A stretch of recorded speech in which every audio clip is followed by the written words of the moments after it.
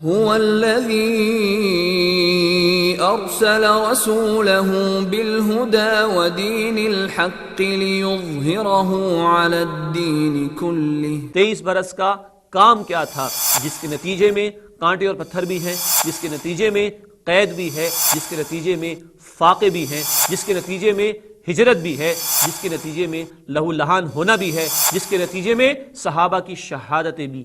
وہ سنت جو 23 برس تک ہمیں دکھائی دیتی ہے، روزانہ دکھائی دیتی ہے، پہلے دن سے دکھائی دیتی ہے، غار ہرا کے فوراً بعد دکھائی دیتی ہے، حجت الوداع کے اعلان تک دکھائی دیتی ہے، وہ دعوت اللہ کی سنت ہے۔ انہوں نے پتھر بھی برسائے، گھسیٹا ہے طائف کی گلیوں میں جہاں پتھر بھی موجود، آپ کا جسم مبارک بھی لہو لہان ہوا، نالین مبارک جوتے مبارک خون سے بھرے، پیروں پر خون تک جم گیا ہے۔ کون ہے یہ؟ اللہ کے رسول، تاکہ کوئی امتی نہ کہہ سکے اللہ تیرے دین کا کام بڑا مشکل۔ اللہ کے نبی نے گھر میں بیٹھ کے کام نہ کیا، زندگی کے عین مجھدھار میں آ کر یہ کام کیا۔ وہی ہے اللہ جس نے بھیجا اپنے رسول کو الہدا یعنی قرآن اور دین حق دے کر تاکہ اسے غالب کر دے کل ادیان پر۔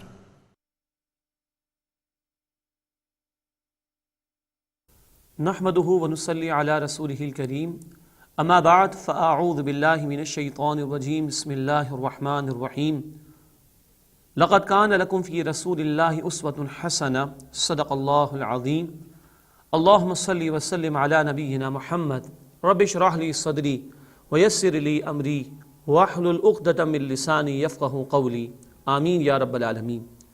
غزوہ بدر کے حوالے سے ہمارا تبصرہ الحمدللہ مکمل ہو چکا ہے، اور یہ بات سامنے آئی کہ اللہ کے رسول صلی اللہ علیہ وسلم کی انقلابی جد و جہد کے دوران اب یہ قتال کے مرحلے آ چکے ہیں، اور یوم الفرقان یعنی بدر کا دن بھی سامنے آ چکا، اور حق کا حق ہونا اور باطل کا باطل ہونا واضح ہو چکا۔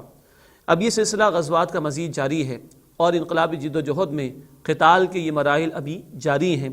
سن 2 ہجری ہی میں شوال کے مہینے میں رمضان 2 ہجری میں بدر کا معرکہ پیش آیا 17 رمضان کو، اور شوال 2 ہجری میں بنو قینقاع جو کہ قبیلہ تھا یہود کا، اس کے خلاف اقدام کیا ہے رسول اکرم صلی اللہ علیہ وسلم نے۔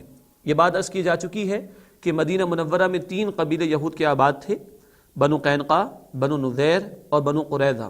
اول ان سے معاہدات ہوئے تھے جوائنٹ ڈیفنس کے، مشترکہ دفاع کے، لیکن یکے بعد دیگرے 1 بائی 1 ان لوگوں نے نافرمانیاں کی، معاہدے کی خلاف ورزی کی، مسلمانوں کو ستایا، پریشان کیا، تو اللہ کے نبی صلی اللہ علیہ وسلم نے ان کے خلاف اقدامات بھی کیے ہیں۔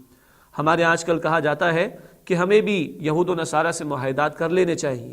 ضرور کیجئے اگر مشن ہمارا وہ کلیئر ہو جو اللہ کے رسول کا مشن تھا صلی اللہ علیہ وسلم۔ پھر اگر بدعہدی کی جائے تو معاہدے کی خلاف ورزی کے بعد معاہدہ ختم بھی کر دینا ہوگا۔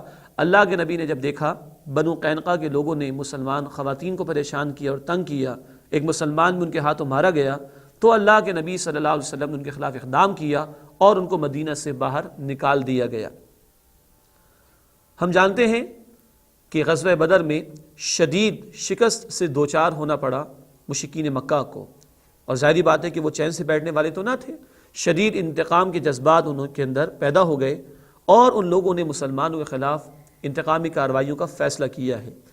جو لوگ مارے گئے ان کی بیوہ عورتوں نے بین کیا، چیخنا چلانا شروع کیا، اور مشرکین کو ابھارا کہ تم کیسے لوگو، تم نے کیا چوڑیاں پہن رکھی ہیں، تم جاؤ اور مسلمانوں سے بدلہ لو۔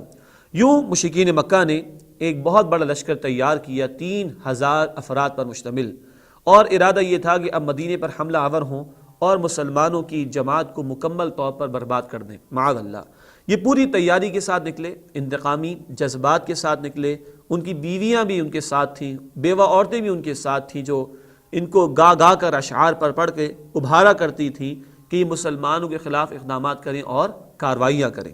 چنانچہ یہ سلسلہ آگے بڑھتا ہے اور 3000 کا لشکر تیار ہوتا ہے مدینہ منورہ پر حملہ آور ہونے کے لیے۔ اللہ کے رسول صلی اللہ علیہ وسلم کو اس کی اطلاع ملتی ہے، آپ صحابہ سے مشورہ فرماتے ہیں۔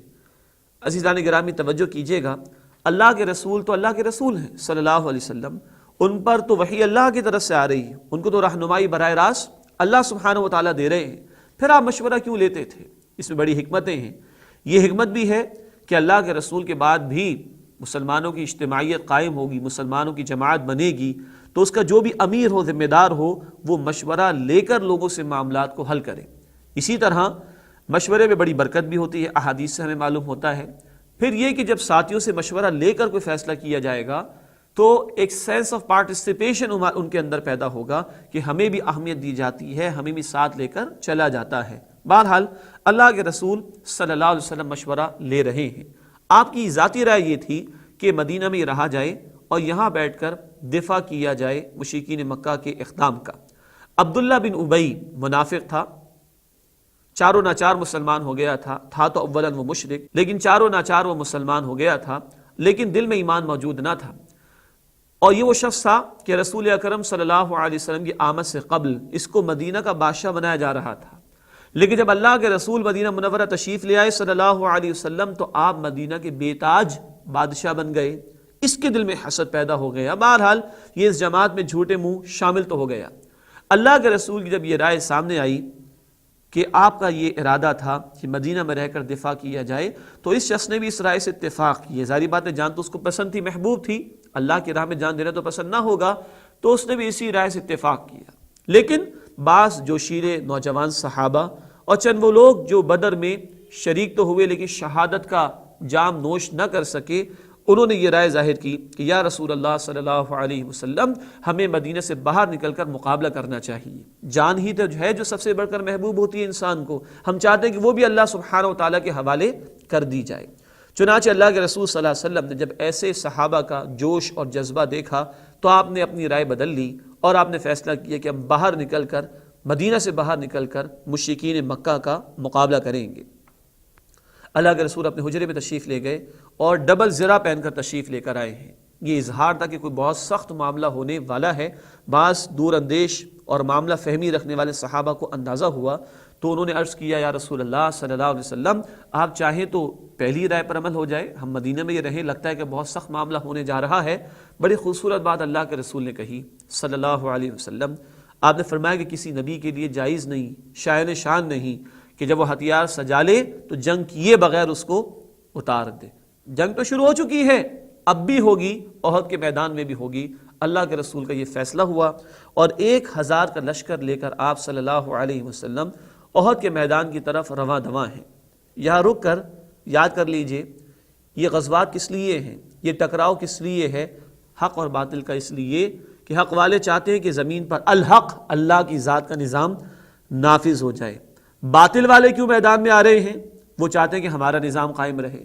تو یہ حق اور باطل کی جنگ ہمیشہ سے جاری و ساری رہی ہے اور نظام کی تبدیلی کبھی نہیں ہو سکتی جب تک کہ جانیں پیش نہ کر دی جائیں۔ بہرحال اللہ کے رسول صلی اللہ علیہ وسلم 1000 کا لشکر لے کر نکلتے ہیں اور یہ قافلہ رواں دواں ہے، اور راستے میں ایک مقام پر عبداللہ بن ابی جو جھوٹے منہ شامل تو ہو گیا تھا، اپنے 300 افراد کو لے کر علیحدہ ہو جاتا ہے۔ یہ ایک نفسیاتی حربہ تھا، مسلمانوں پر ایک سائیکولوجیکل امپیکٹ ڈالنے کے لیے، ان کو کمزور کرنے کے لیے، پریشان کرنے کے لیے، ورنہ وہ چاہتا تو مدینہ سے نکلتا ہی نہیں، لیکن راستے میں جا کر کیوں نکلا، وہاں سے علیحدہ ہوا تاکہ مسلمانوں کو نفسیاتی سطح پر پریشان کرے اور کمزور کرے ان کی جماعت کو۔ 300 علیحدہ ہو گئے تو گویا 1000 کے لشکر میں سے 300 کا نکل جانا، 30% لوگ نکل گئے وہاں سے۔ اب 700 مسلمان نبی صلی اللہ علیہ وسلم کے ساتھ ہیں، آپ لے کر چل رہے ہیں، اس سے کہ جانا تو ہے، رکنا تو نہیں ہے۔ کمزور علیحدہ ہونا چاہیں علیحدہ ہو جائیں، اچھا ہے کہ صفائی ہوتی رہے، کھرے و کھوٹے کا فیصلہ بھی اسی ذریعے سے کر دیا جائے اللہ سبحانہ و تعالیٰ کی طرف۔